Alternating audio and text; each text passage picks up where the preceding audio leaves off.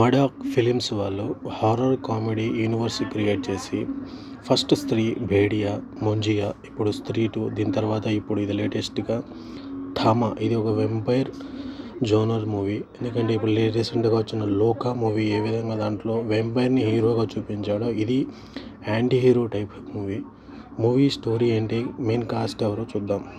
Trailer వచ్చేసింది. Movie story వచ్చేసి వందల సంవత్సరాల క్రిందట మామూలుగా బేతాళాలకు సంబంధించి ఈ మామూలుగా ఏమంటారు వెంపైర్లకు వచ్చేసి బేతాళ శక్తిని వశం చేసుకోవాలనుకుంటారు. ఆ క్రమంలోనే నవాజుద్దీన్ సిద్దికి ఆ గ్రూప్కి టీమ్ లీడర్ అవ్వాలని ఆ ప్రయత్నం చేయడంతో వాళ్ళందరూ అతన్ని బంద్ చేసి ఒక గుహలో బంధించేస్తారు కొన్ని వందల సంవత్సరాలు. అనుకోకుండా ట్రెక్కింగ్కి వెళ్ళిన ఆయుష్మాన్ ఖురానా అక్కడికి వెళ్ళిన తర్వాత అనుకోకుండా అతనితో ఏమంటారు కొన్ని ఏదో పరిస్థితుల కారణంగాను అక్కడ వాళ్ళతో మాట్లాడడం ఏదో జరిగిన తర్వాత అతనికి ఉన్న శక్తుల్లో ఇతనికి కరచడం కానీ లేదా బ్లడ్ తాగడం కానీ జరుగుతుంది. దాని తర్వాత అతనిలో కూడా వెంపైర్ లక్షణాలు వచ్చేస్తాయి.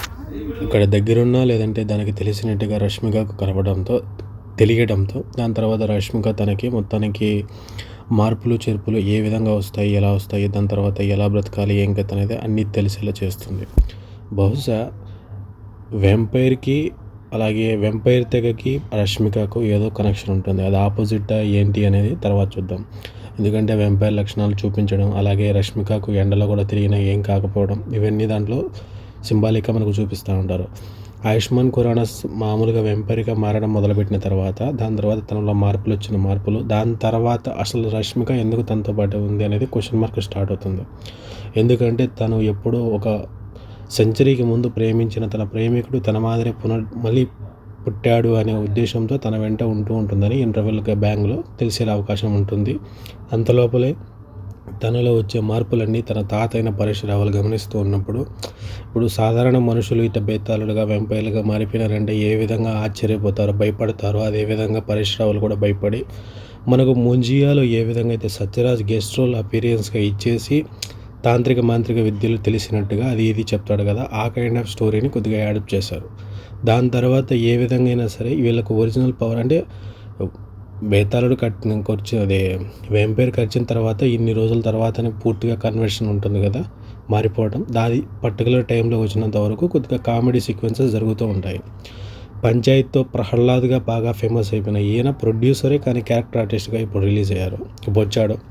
ఇప్పుడు ఆయన కూడా కొద్దిగా కామెడీ క్యారెక్టర్ ఉంటుంది.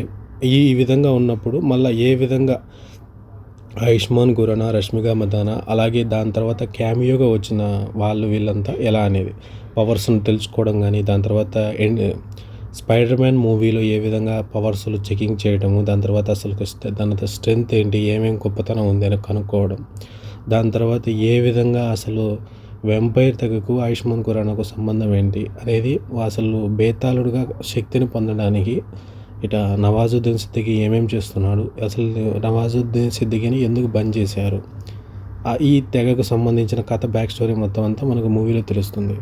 ఈ మూవీలోనే బహుశా నెక్స్ట్ రాబోయే శక్తి మహిళను ఏదో స్టోరీ ఉంది, మహిమాను ఏదో స్టోరీ అది వచ్చేసి కియారీ అద్వానీతో తీస్తానన్నారు. ఫస్ట్ ఆమె క్యాన్సిల్ అయిపోయిన తర్వాత సయ్యారా మూవీ హీరోయిన్ యాడ్ అయింది.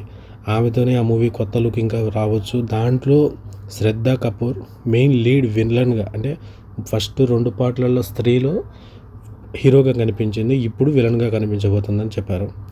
దీని తర్వాత అక్షయ్ కుమార్ని లీడ్ ఇస్తూ ఒక మెయిన్ అవెంజర్స్ ఎండ్ గేమ్ మాదిరిగా ఒక లీడ్ మూవీ ఉంటుంది. దాని తర్వాత అన్ని సపరేట్ మూవీస్ అన్నీ వస్తూ ఉంటాయి. ఈ మూవీ స్టోరీని ఈ విధంగా ఉండే అవకాశం ఎక్కువ ఉంది. కానీ రష్మిక మందానా చనిపోయి మళ్ళీ పుట్టిందా లేదని అనుకుంటే పాత గర్ల్ ఫ్రెండే కంటిన్యూగా అలాగే సెంచరీస్ నుంచి బతికే ఉందా, లైక్ లోకాలో ఏ విధంగా అయితే మనకు నీలి అనే క్యారెక్టర్ ఉంది కదా, అదే ఐశ్వర్య రామది ఆమె మాదిరిగా ఉంటుందా ఎట్టా ఇంకా తనది ఇంకా ఫైట్స్ కామెడీ వర్షన్ అన్నీ తెలిసిందే కదా. ఇంకా సత్యరాజ్ గారిది ఇంకా పరశురావులు ఆయుష్మాన్ ఖురానా నవాజుద్దీన్ సిద్దికి కామెడీ డైలాగులు కానీ మిగతాటి అన్ని యాక్షన్లు ఆ వెంపైర్ ఇంకా బేడియా ఎంట్రీ కూడా ఉంటుందని అనుకుంటున్నారు. ముంజియాకి ఏమన్నా ఎంట్రీ ఇస్తే ఏమన్నా బ్రతికిపోయిన ముంజియా కూడా గెస్ట్ రోల్గా అపిరియన్స్ ఇస్తే రావచ్చు, చెప్పలేము, చూద్దాము. మామూలుగా 2 ఐటెమ్ సాంగులు కూడా ఎందుకంటే ఈ మూవీస్‌లలో ఒక్కొక్క స్పెషల్ సాంగ్, ఐటెమ్ సాంగ్ చాలా ఈక్వల్‌గా ముందుగా ఉంటుంది. స్పెషల్ ఎఫెక్ట్‌గా ఉంటుంది. దీంట్లో కూడా ఒక సాంగ్ ఉందది. దాంట్లో ఇద్దరు 'రష్మిక మందాన'తో పాటు ఇంకొక హీరోయిన్ ఉంది. అలాగే లవ్ స్టోరీ పరంగా ఆహ్, 'రష్మిక మందాన'కి అలాగే 'ఆయుష్మాన్ ఖురానాకి' బ్యాక్ స్టోరీ కింద ఏ విధంగా చెప్తారు, ఏం కథ అనేది మనం చూడాలి. మూవీ బాగుంటుంది, అందరిని ఆకట్టుకుంటుందని కోరుకుందాం.